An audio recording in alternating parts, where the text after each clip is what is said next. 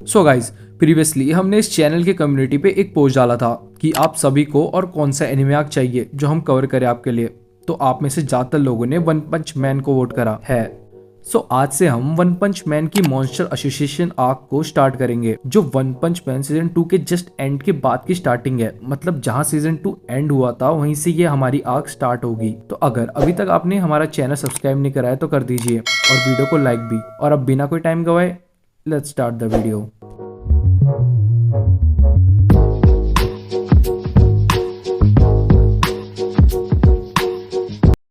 हमने वन पंच man season 2 के and में देखा था, जहां एक पंछी जिसका नाम फिनिक्स मैन है वो गारो को बचाकर उड़ जाता है सेफली और सीधा उसे मॉन्स्टर एसोसिएशन हाइडआउट में ले आता है।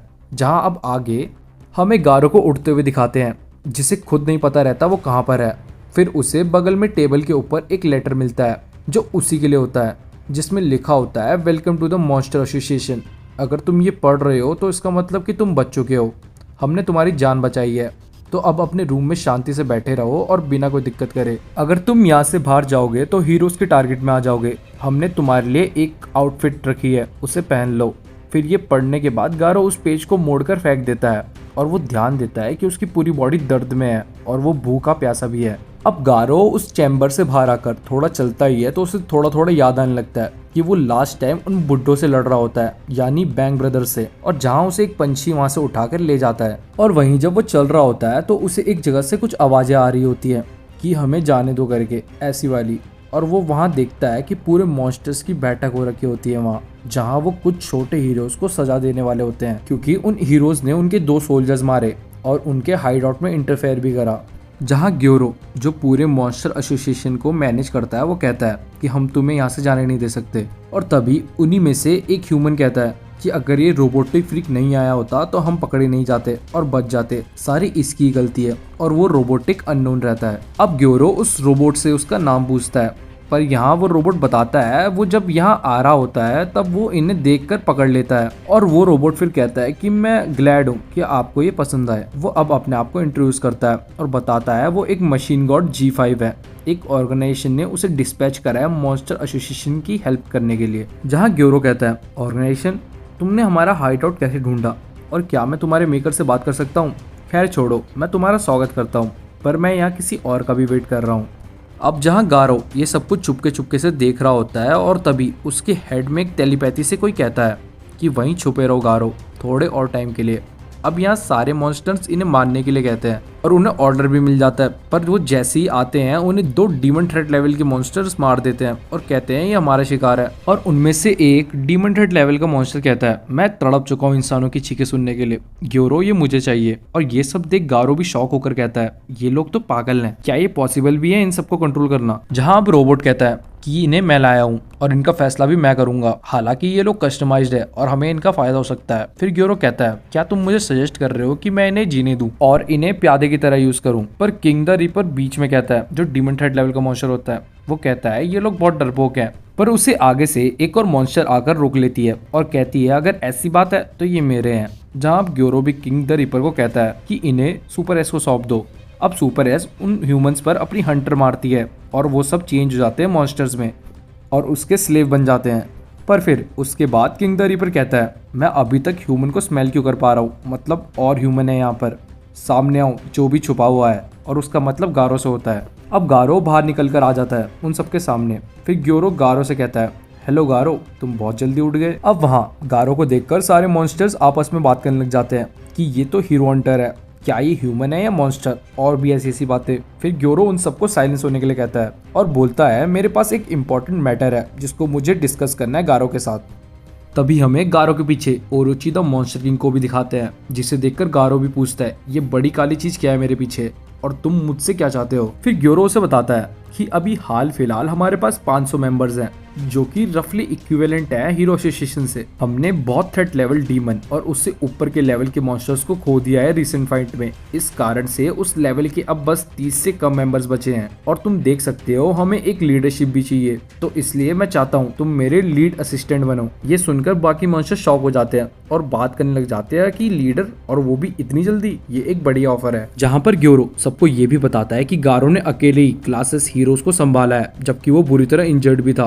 गारो परफेक्ट है। हालांकि मेरे बॉस ओरोची की एक कंडीशन है कि अभी तक हम ये नहीं जानते कि तुम मॉन्स्टर भी हो कि नहीं, तो तुम्हें प्रूव करना पड़ेगा। जहाँ गारो कहता है लाइक क्या आप सिंग हुआ हूँ या और कुछ। अब ओरोची वहाँ कहता है उससे कि तुम्हारे पास एक दिन है, एक हीरो का सर लेके आओ मेरे पास, चाहे कोई भी हीरो हो वो। और तभी दूसरा मॉन्स्टर भी कहता है कि ये चीज तब क्लियर हो जाएगी, एक ग्रेट मॉन्स्टर हीरोज को बिना कोई हेजिटेशन के मार सकता है। पर जैसे ही गारो कुछ बोलने ही वाला होता है, पीछे से फिनिक्स मैन आता है घबराकर, और वो बताता है कि सिल्वर फैंग और बाकी सब बच चुके हैं और उन्होंने सेंटीचोरो को भी हरा दिया है। और ये सब सुनकर सब लोग शॉक हो जाते हैं, क्योंकि उससे कुछ दिन पहले गोकित्सु को भी मार दिया था। और हम जानते हैं इन दोनों को एक ही नहीं मारा है, वो है साइतामा। पर एज यूजुअल क्रेडिट हमेशा किसी और को मिल जाता है उसका।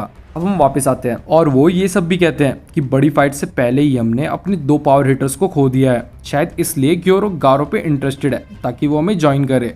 पर जहाँ इन सब की ये सब बातें चल रही होती है, गारो बीच से निकलकर बाहर निकल जाता है और ग्योरो ऑर्डर देता है इंसेक्ट गॉड और द किंग द रिपर को कि वो गारो के पीछे जाए और उसकी जासूसी करे। अब हम देखते हैं यहाँ से सीधा गारो एक रेस्टोरेंट चले जाता है और वहाँ जाकर हर चीज ऑर्डर कर देता है खाने की और पेलता है फिर आराम से। उसे ऐसे खाते देख सब लोग शॉक हो जाते हैं वहाँ। और भाई साहब उसी रेस्टोरेंट में साइतामा भी आ रखा होता है, जो खाना तो खा लेता है पर अपना वॉलेट भूल जाता है। और वो वहाँ इतना गंदा पैनिक हो रखा होता है, वो बहुत कुछ सोचने लग जाता है। पर तभी पीछे से उसकी फुबुकी आ जाती है। पर साइतामा इतना गंदा पैनिक होता है, वो फुबुकी का जवाब ही नहीं देता पहली बारी में। फिर फुबुकी उससे पास आकर बोलती है, तब साइतामा उसको दिखता है। फुबुकी आकर उससे रैंक्स के ऊपर बात करने लग जाती है और वहीं साइतामा का दिमाग चलता है और वो फुबुकी को वहीं खाना खिलाने लग जाता है। और उसी टाइम पीछे से एक आवाज आती है कि कोई अपना बिल भर के नहीं गया खाना खाने के बाद। और फिर साइतामा मौके का फायदा उठाकर उसी टाइम इसी बहाने उसे ढूंढने निकल जाता है और बिल फुबुकी के ऊपर छोड़ देता है। और जो बंदा बिना बिल के गया था वो और कोई नहीं गारो ही होता है, जो रास्ते भर ग्योरो की बात को सोचते हुए जा रहा होता है। फिर यूं ही चलते चलते उसे थोड़ी दूर कुछ बच्चे दिखते हैं जो बुली कर रहे होते हैं तारियों को। गारो वहां जाकर उन्हें भगा देता है और उसे बचा लेता है उनसे। फिर वो तारियों से कहता है तुम ऐसे रोते रहोगे तो वो तुम्हें हमेशा तंग करेंगे। और हाँ, हम फिर मिल गए, व्हाट अ कोइंसिडेंस। तारियों को भी वो याद आ जाता है और वो गारो को सॉरी कहता है भागने के लिए उस दिन। वो उस दिन देख रहा था गारो को जब हीरोज उसे मारने के लिए आए थे और वो एक मिसअंडरस्टैंडिंग थी, क्योंकि गारो सिर्फ उनकी बुलेट से तारियो को भी बचा रहा होता है। और जैसे ही तारियो उसे फाइटर ऑफ जस्टिस बोलता ही है, गारो उसका मुंह बंद कर देता है और चुप होने के लिए कहता है। तभी फाइनली पीछे से हमें साइतामा को दिखाते हैं, जो उसे आवाज दे रहा होता है, उसे ढूंढ ढूंढ के यहाँ तक पहुंच चुका होता है सिर्फ एक बिल के चक्कर में। और वो सिर्फ गारो से कहता है अपना बिल भर दो और तुम्हारी टाइमिंग सही है इसलिए मैं तुम्हें छोड़ रहा हूँ। और ये बोलकर साइतामा सीधा मुड़कर वापस जाने लगता है और गारो उसे देखकर कहता है तुम क्या कर रहे हो, तुम क्या लड़ोगे नहीं मुझसे, डर गए, और तुम्हारा नाम क्या है। और गारो को उसी टाइम ये भी याद आता है कि उसे एक हीरो को मारना है और उसका सर लाना है। तभी वो साइतामा की तरफ बढ़ता है हमला करने के लिए और उसे मारने ही वाला होता है, पर साइतामा बिना देखे अपना हाथ घुमाता है और गारो फिर से हवा में और वो बेहोश हो जाता है हर बार की तरह। और उसके बाद गारो थोड़ी देर बाद उठता है और वो कहता है उठते ही, मैं हार गया, कैसा टाइप का हीरो था वो। और पूछने लग जाता है तारियों से। जहाँ वो तारियों से पूछ ही रहा होता है, उसे कोई खतरनाक चीज सेंस होती है, जैसे कोई भयानक मॉन्स्टर उसके आसपास है। और उसी टाइम वो दोनों मॉन्स्टर भी आ जाते हैं, इंसेक्ट गॉड और किंग द रीपर। जहाँ पर गारो समझ जाता है और वो उसी टाइम तारियों को घर जाने को कहता है, पर तारियों उन्हें देखकर बहुत घबरा रखा होता है और उसके हाथ में जो किताब थी वो गिर जाती है। और जो इस किताब में जो पेज खुलता है उसमें किंग द रीपर के बारे में लिखा होता है कि वो बच्चों को मारता है। और ये देखकर तो तारियों और भी घबरा जाता है। अब वो दोनों मॉन्स्टर्स अटैक करना स्टार्ट करते हैं बिना कोई टाइम गवाए गारो पर। फिर हमें अगले ही पेज में मॉन्स्टर एसोसिएशन दिखाते हैं, जहां फिनिक्स मैन ग्योरो से पूछता है कि उसने किंग द रीपर और इंसेक्ट गॉड को ही क्यों भेजा गारो के पीछे। जासूसी के लिए तो कोई और मॉन्स्टर भी जा सकता था, क्योंकि वो दोनों बहुत खूंखार और इंसानों को मारना उन्हें पसंद है। जहाँ ग्योरो उसे वापस बताता है कि ऐसा उसने इसलिए करा क्योंकि वो जानता है वो उसके ऑर्डर कभी फॉलो नहीं करेंगे और वो गारो को मारना चाहेंगे। तो इस इनकाउंटर से गारो की ग्रोथ होगी और वो बेसिकली ये एक टेस्ट था डेडिकेशन का गारो के लिए, जहां वो गारो की ग्रोथ देखना चाहता था इस फाइट से मॉन्स्टर के अगेंस्ट। और वो कहता भी है मैं उसके अंदर चेंजेस देखना चाहता हूँ मॉन्स्टर से लड़ने के बाद। फिर फिनिक्स मैन वापस पूछता है आप चाहते क्या हो, इतना इंटरेस्टेड क्यों हो आप गारो पर। जहाँ ग्योरो वापस बताता है सुनो फिनिक्स मैन, तुम्हें क्या लगता है लॉर्ड ओरोची कहाँ से आया है। वो एक ह्यूमन था गारो की तरह, पहले बहुत सारे फेलियर्स और सेक्रीफाइसेस के बाद वो एक मॉन्स्टर किंग बना है और मैं ही वो हूँ जिसने क्रिएट करा है लॉर्ड ओरोची को। और वो ये भी बताता है कि उसे लगता है अच्छी केयर के साथ गारो अगला सेकंड लॉर्ड ओरोची बन सकता है और ये सिर्फ मुझे पता है कैसे, इसलिए मैंने ऑर्डर दिया उन दोनों को। और अगर गारो इस फाइट में मरेगा भी तो वो मरेगा, फिर मैं एक और न्यू सब्जेक्ट के लिए वेट करूंगा। अब हमें यहाँ वापस फाइट दिखाते हैं जहाँ वो दोनों मॉन्स्टर गारो पर मल्टीपल अटैक्स करते हैं, पर गारो डॉज कर लेता है। ये फाइट बहुत लंबी चलती है और वो दोनों मॉन्स्टर भी शॉक रहते हैं क्योंकि गारो उन्हें आसानी से हैंडल कर रहा था और डोमिनेट भी कर रहा था।